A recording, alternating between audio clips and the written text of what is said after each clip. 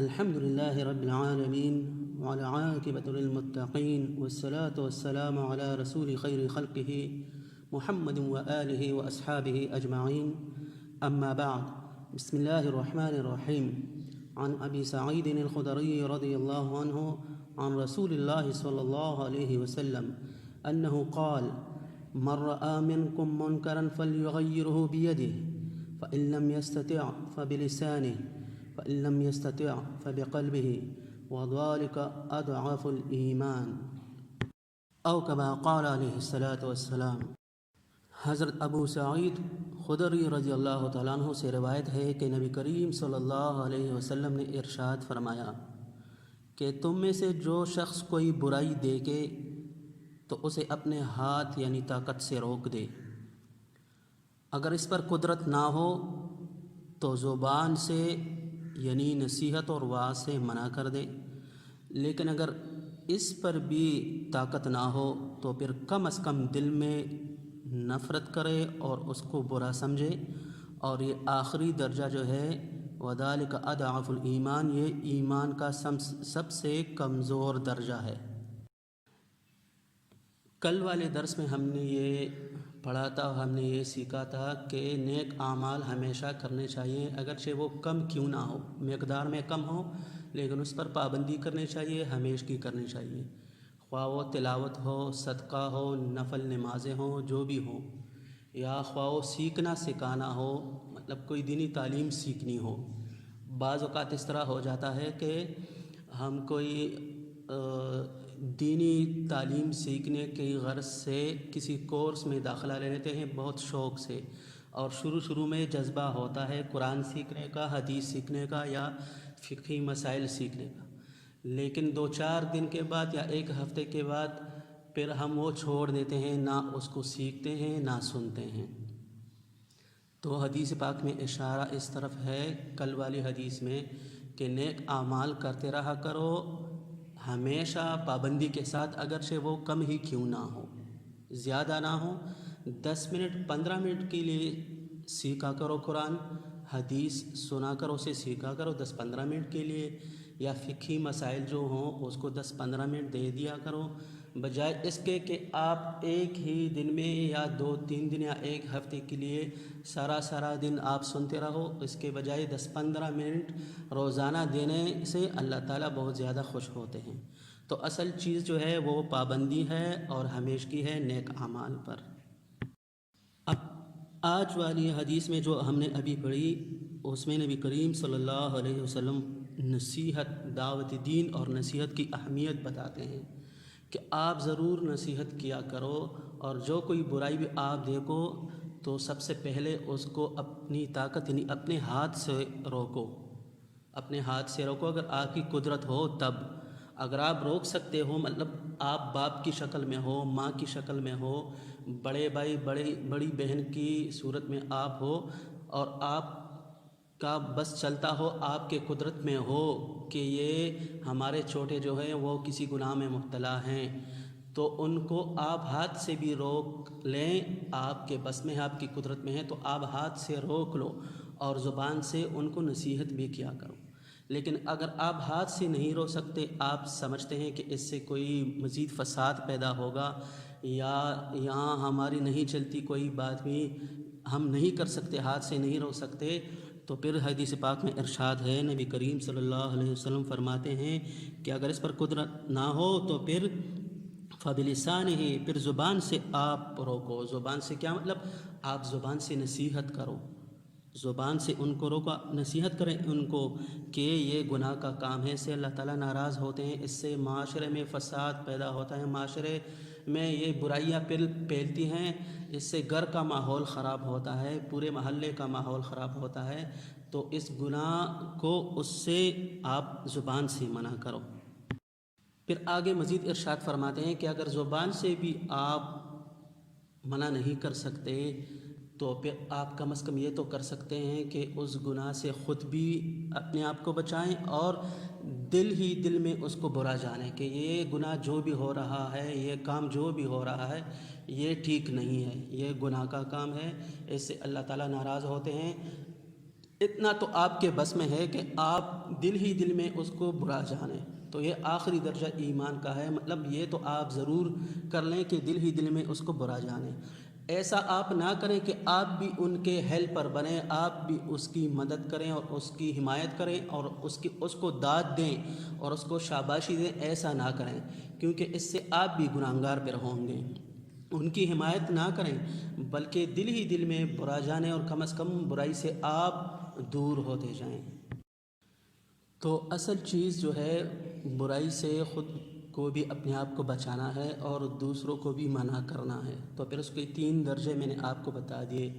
ہاتھ سے منع کرنے کی آپ کی قدرت ہو تو ہاتھ سے منع کر لیں، اگر یہ نہ ہو تو زبان سے نصیحت کر لیں، اگر یہ بھی نہ ہو تو دل میں برا جانیں، لیکن نصیحت کی کوئی نہ کوئی شکل آپ ضرور بنائیں۔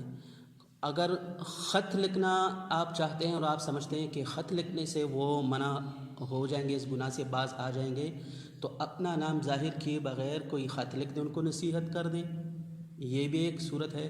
کسی اور کے ذریعے سے آپ سمجھا سکتے ہیں کہ میری بات تو یہ نہیں مانیں گے لیکن فلاں شخص کی بات مانتے ہیں، تو آپ ان کو اچھے طریقے سے سمجھا دیں کہ آپ اسے نصیحت کریں تاکہ یہ اس جرم اس گناہ سے باز آ جائے۔ یہ بھی ایک طریقہ ہو سکتا ہے۔ خیر جو بھی طریقہ ہو تو نصیحت کا وہ اپنانا چاہیے۔ دعوت و نصیحت کی اہمیت کے بارے میں ترمذی شریف میں ایک حدیث ہے۔ حضرت حذیفہ رضی اللہ تعالیٰ عنہ فرماتے ہیں کہ نبی کریم صلی اللہ علیہ وسلم نے فرمایا، والذی نفسی بیدہ لتأمرن بالمعروف ولتنہون عن المنکر، قسم ہے اس ذات کی جس کے قبضے میں میری جان ہے، تم ضرور ایک دوسرے کو اچھائی کی نصیحت کیا کرو۔ نبی کریم صلی اللہ علیہ وسلم فرماتے ہیں کہ تم ضرور ایک دوسرے کو اچھائی کی نصیحت کیا کرو، وَلَتَنْهَوْنَ عَنِ الْمُنْكَرِ، اور ایک دوسرے کو ضرور برائی سے روکو۔ اگر آپ یہ نہیں کرو گے، او لَيُوشِكُنَّ اللَّهُ أَن يَبْعَثَ عَلَيْكُمْ عَذَابًا مِّنْ عِندِهِ، اگر آپ یہ نہیں کرو گے تو ان قریب اللہ تعالیٰ آپ پر اپنا عذاب نازل فرمائیں گے۔ ثُمَّ تَدْعُونَهُ فَلَا يُسْتَجَابَ لَكُمْ، پھر آپ اللہ تعالیٰ سے دعائیں مانگو گے لیکن اللہ تعالیٰ آپ کی دعائیں قبول نہیں فرمائیں گے، کیونکہ جو گناہ میں مبتلا ہیں وہ تو ویسے بھی گناہگار ہیں، اور جو گناہ میں مبتلا نہیں ہیں لیکن کم از کم ان کی قدرت ہے کہ وہ زبان سے روکے، ہاتھ سے روکے، یہی قدرت ہے۔ اگر یہ نہ ہو تو زبان سے روکنے کی قدرت ہو، اور وہ یہ بھی نہ کریں تو اللہ تعالیٰ ان دونوں گروہ کی دعائیں قبول نہیں فرمائیں گے۔ تو نبی کریم صلی اللہ علیہ وسلم فرماتے ہیں کہ آپ ضرور ایک دوسرے کو اچھائی کی نصیحت کیا کرو، برائی سے روکو۔ اگر آپ یہ نہیں کرو گے تو آپ کی دعائیں قبول نہیں ہوں گی۔ پھر اس وجہ سے ہر وقت کوشش کرنی چاہیے کہ خود بھی گناہ سے بچنا چاہیے، اور یہ دل میں ہر وقت یہ فکر رہنی چاہیے کہ کوئی بھی ہمارا وہ رشتہ دار ہو، گھر کے افراد ہو، ہمارے بچے ہوں، ہمارے دوست ہوں، جو بھی ہو، ہم ان کو نصیحت کریں گے، ہم ان کو اللہ تعالیٰ کی طرف بلائیں گے، ان کا تعلق اللہ تعالیٰ کے ساتھ جوڑیں گے، لیکن اس کا ایک طریقہ کار ہوگا۔ نصیحت کی اہمیت تو آپ نے جان لی پہلی حدیث میں بھی، دوسری حدیث میں بھی، لیکن اس کا ایک طریقہ کار ہوگا۔ سب سے پہلے طریقہ یہ ہوگا کہ الفاظ اور لہجہ نرم ہو، سختی سے اور بد اخلاقی سے نصیحت نہیں کرنی چاہیے۔ بس اس کو ایسے آپ سمجھیں جیسے کوئی حقیقی بہن ہو، اگر وہ آپ کی حقیقی بہن نہ بھی ہو، آپ ایسا سمجھیے کہ یہ میری حقیقی بہن یا حقیقی بیٹی ہے یہ، اور میں اسے سمجھا رہی ہوں، دل میں یہ تصور کریں، اور دل میں ایک درد و فکر ہو کہ کسی بھی طریقے سے میں ایسا کوئی کام کر لوں، نصیحت کا کوئی ایسا طریقہ اختیار کر لوں، اچھا سا طریقہ کہ اس کا تعلق اللہ تعالیٰ کے ساتھ بنے۔ خواہ علماء فرماتے ہیں خواہ وہ طریقہ یہ بھی ہو سکتا ہے کہ آپ ان کے ساتھ دوستی بنائیں، اگر وہ آپ کے محلے میں گھر کے قریب رہتی ہو، آپ ان کو دعوت دیں، ان کے لیے کوئی کھانے کی چائے کی دعوت دیں اور ان کو گفٹ دیں، تحفے دیں، صرف اس نیت سے کہ یہ اس برائی سے بچ جائے۔ تو دل میں درد ہونا چاہیے، فکر ہونی چاہیے، اور دعائیں مانگنی چاہیے ان کے لیے، خواہ جو بھی شخص گناہ میں مبتلا ہوں ان کے لیے دعائیں مانگنی چاہیے، نرم لہجے سے ان کو سمجھانا چاہیے.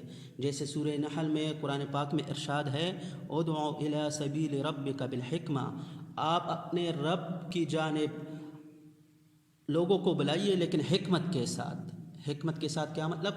موقع محل دیکھتے ہوئے کہ اب اس موقع میں، اس مقام میں، اس وقت میں مجھے کیا طریقہ اختیار کرنا چاہیے کہ اس کی ذلت رسوائی بھی نہ ہو اور یہ اچھے طریقے سے سمجھ جائے. ادعو الی سبیل ربک بالحکمہ والموعظۃ الحسنہ، حکمت کے ساتھ موقع محل دیکھنا چاہیے. یہ نہیں کہ کسی کے سامنے ذلیل و رسوا کر کے اس کو ہم نصیحت کریں تو وہ اور لوگ بھی اس کے پیچھے پھر مذاق اڑائیں یا اس کو حقیر جانیں، ایسا نہیں. موقع محل دیکھنا چاہیے. والموعظۃ الحسنہ، اچھے انداز میں نصیحت کرنی چاہیے. والموعظۃ الحسنہ، اس کو واعظ و نصیحت کرنی چاہیے لیکن اچھے انداز میں. میں نے آپ کو بتا دیا اچھے انداز میں، نرم لہجے میں. موسیٰ علیہ السلام اور ہارون علیہ السلام جب فرعون کو دعوت دے رہے تھے تو اللہ تعالیٰ نے یہ حکم دے دیا کہ آپ ان کو دعوت دیں لیکن نرمی سے، بد اخلاقی سے اور سختی سے نہیں. تو آج کل کے مسلمان جو ہیں، جو بھی ہو، وہ فرعون سے بدتر تو نہیں، وہ تو کافر تھے لیکن یہ مسلمان ہیں. اور ہم اور آپ موسیٰ علیہ السلام جیسے اولو العزم پیغمبر سے ہمارا درجہ اونچا بھی نہیں، ہم ان سے اونچے ہو بھی نہیں سکتے، ہم عام امتی ہیں، گناہگار ہیں. تو جب ان کو یہ طریقہ کار بتلایا گیا ہے اللہ تعالیٰ کی طرف سے، تو ہمیں بھی چاہیے کہ موعظۃ الحسنہ، اچھے انداز میں نصیحت کرنی چاہیے، نرم لہجے میں، دل میں ایک درد و فکر رکھنی چاہیے. پھر اگر اس کے بعد وہ نہ مانے، وہ آپ کے ساتھ بحث مباحثہ کرے، تو اسی آیت میں اللہ تعالیٰ فرماتے ہیں سورہ نحل میں وَجَادِلْهُمْ بِالَّتِي هِيَ أَحْسَنُ، آپ ان کے ساتھ بحث کر سکتے ہیں، بات کر سکتے ہیں اگر وہ نہ مانے، بحث پر اتر آئے، لیکن آپ اچھے انداز میں اس کو سمجھائیں. غصے میں، بد اخلاقی میں، گالی دینا، برا بلا کہنا، ایسا نہیں، بلکہ اچھے انداز میں ان کے دلائل کا جواب دیں. پھر اگر وہ نہ مانے تو آپ ان کو چھوڑ دیں بس. کیونکہ سورہ غاشیہ میں اللہ تعالیٰ فرماتے ہیں نبی کریم صلی اللہ علیہ وسلم کو کہ لست علیہم بمسیطر، آپ ان پر نگران نہیں ہیں کہ آپ ان کو زبردستی ہدایت کی راہ پر لے آئیں یا دین اسلام کی طرف لے آئیں. آپ کی ذمہ داری نصیحت کرنی ہے مختلف طریقوں سے، تو آپ اپنی ذمہ داری پوری کریں، مختلف طریقوں سے آپ نصیحت کریں، دعوت دے دیں. باقی آپ پر کوئی بھی ذمہ داری نہیں. لعلک باخع نفسک، ایک دوسری آیت میں ارشاد ہے لعلک باخع نفسک الا یکونوا مؤمنین، کہ نبی کریم صلی اللہ علیہ وسلم کو اللہ تعالیٰ ارشاد فرماتے ہیں شاید آپ اس غم میں اپنے جان ہلاک کیے جا رہے ہیں کہ یہ لوگ مؤمنین، مسلمان اور ایمان کیوں نہیں لاتے، مسلمان کیوں نہیں ہوتے، تو آپ اپنی جان ہلاک کیے جا رہے ہیں، اتنی فکر کر رہے ہیں. نہیں، آپ کی ڈیوٹی نصیحت اور دعوت دینا ہے مختلف طریقوں سے، درد دل سے ان کو آپ نصیحت کریں، باقی اللہ تعالیٰ پر چھوڑ دیں آپ. تو ہمیں بھی کوشش کرنی چاہیے کہ خود بھی برائی سے بچنا چاہیے، اور جس کسی کو بھی ہم دیکھیں اگر ہمارے بس میں ہو تو ہاتھ سے روکنا چاہیے، اگر یہ نہ ہو تو زبان سے نصیحت کرنی چاہیے، خط لکھ کر نصیحت کرنی چاہیے. موبائل کے ذریعے سے اگر آپ کو یقین ہو کہ مزید فساد پیدا نہیں ہوتا تو ہم ٹیکسٹ میسج بھی کر سکتے ہیں، اگر فتنہ و فساد پیدا نہ ہو اس کے ذریعے بھی سمجھا سکتے ہیں. کوئی دینی پوسٹ ہو تو اس کو بھی بیچ سکتے ہیں. کوئی بھی طریقہ ہم اختیار کر سکتے ہیں، نرمی سے، درد دل سے، اچھے اخلاق سے ان کو سمجھانا چاہیے. پھر اگر وہ نہ سمجھیں تو ہم ان کے لیے دعائیں کریں گے. اگر وہ بحث مباحثہ کرے تو آپ دلائل کے ساتھ ان کو جواب بھی دے سکتے ہیں، ورنہ صرف ان کو دعائیں تو ہم دے ہی سکتے ہیں. اللہ تعالیٰ ہمیں اور آپ کو اس حدیث پر عمل کرنے کی توفیق نصیب فرمائے. وآخر دعوانا ان الحمد للہ رب العالمین.